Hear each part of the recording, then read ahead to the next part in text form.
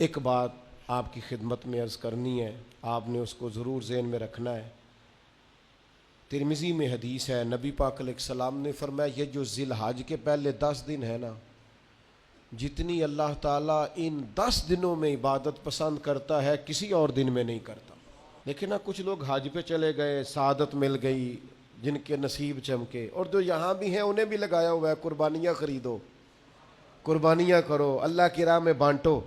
یہ عبادت کے دن ہے، کوشش کریں زیادہ سے زیادہ وقت استغفار میں گزرے۔ اور ایک حدیث میں نبی پاک نے وظیفہ بھی بتایا، فرمایا ایک تو پڑھو لا الہ الا اللہ، اللہ اکبر اور الحمدللہ، ان 10 دنوں میں یہ وظیفہ کثرت سے پڑھیں۔ یہ بڑی قبولیت والے دن ہیں، بڑے رحمت والے دن ہیں، بڑی عطاؤں والے دن ہیں۔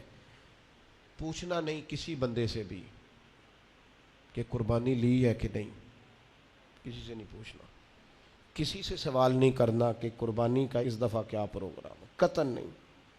سفید پوش آدمی کے لیے مسئلہ بن جاتا ہے وضاحت دینا۔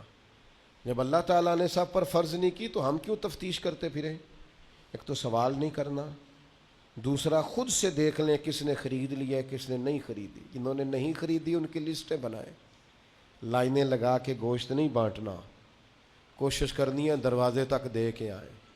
کریم کا کرم ہم تک پہنچائے تو دروازے تک پہنچائے، اس نے ہمیں دیتے وقت معاذ اللہ کسی قسم کی رسوائی سے آشکار نہیں ہونے دیا، تو ہم نے بھی بانٹتے وقت کسی کو رسوا نہیں کرنا، پریشان ہے، خوبصورتی سے بانٹنا ہے۔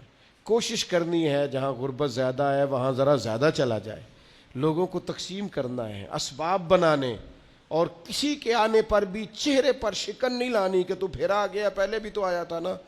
وہ ہمیں دیتا ہے تو رحمت سے دیتا ہے، تو ہم نے بھی اس کی مخلوق میں بانٹنا ہے تو ذرا مسکرا کے بانٹنا ہے، زیادہ الجھاؤ کا شکار نہیں ہونا۔ اللہ تعالیٰ سمجھنے کی توفیق دے۔